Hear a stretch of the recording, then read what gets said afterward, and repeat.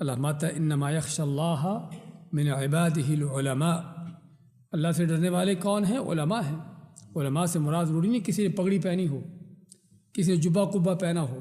علماء سے مراد وہ لوگ جن کو اللہ کی معرفت ہے، جو اللہ کو جانتے ہیں کہ اللہ کون ہے، اللہ کی کیا عظمت ہے، اس کی کیا ہیبت ہے، اس کی کیا قدرتیں ہیں، اس کی کیا کبریائی ہے۔ ہاں، جس کو جس قدر اللہ کا پتہ ہوگا اسی قدر اللہ سے اس کے دل میں اللہ کا ڈر خوف بھی زیادہ ہوگا۔ نبی کریم صلی اللہ علیہ وسلم اپنے بارے میں کیا فرماتے تھے؟ انا اخشاکم للہ تعالی واتقاکم لہ، میں تم میں سب سے بڑھ کر اللہ سے ڈرنے والا، اس کا تقوی اختیار کرنے والا ہوں۔ کیوں؟ آپ گناہ کرتے تھے کوئی اس لیے ڈرتے تھے؟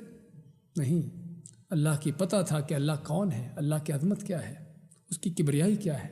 اور اگر ہم تھوڑی سی بات کو سمجھانے کے لیے مثال دینا چاہیں، فرض کریں میں مسجد میں آیا، یہاں پر کوئی آدمی بیٹھا ہوا، مجھے نہیں پتہ کون ہے، میں نے سیدھا سلام لیا اس سے اور اپنا نماز شروع کر دی، یا جو بھی بیٹھ گیا، مجھے نہیں پتہ کون ہے، نہ میں اس کا کوئی عزت احترام کی خاص طور پر، نہ کوئی اس طرح کے، لیکن میرے بعد کوئی دوسرا آیا جو اس کو جاننے والا تھا، اس کو سلام کیا، اس کا ماتھا چوما، اس کی بڑی عزت و احترام کی، تیسرا آیا، چوتھا آیا، تو مجھے پتہ چلے گا کہ یہ آدمی جو بیٹھا ہوا ہے عام آدمی نہیں ہے، لوگ اس کی عزت کر رہے ہیں، اس کے سامنے ادب سے بیٹھ رہے ہیں، اس کا مطلب کہ کوئی بڑا آدمی ہے۔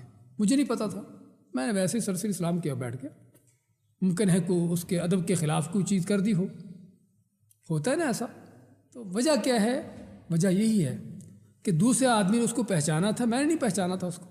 تو اگر ہم دنیا کے لوگوں کے لحاظ سے دیکھتے ہیں کہ ایک آدمی کسی کو پہچانتا ہے، اس کی عزت کرتا ہے، اس کا احترام کرتا ہے، جس طرح اس کے ساتھ ادب ہونا چاہیے اس طرح سے پیش آتا ہے، اور جس کو اس کو پتہ نہیں، ممکن اس کے ساتھ کوئی بے ادبی کر بیٹھے، تو حقیقت ہمارا بھی یہی حال ہے کہ اللہ نے اپنی پہچان کروائی ہے۔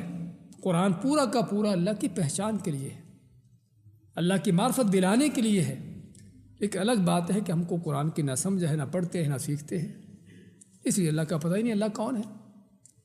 اور یہی وجہ ہے سب سے بڑی شرک کی۔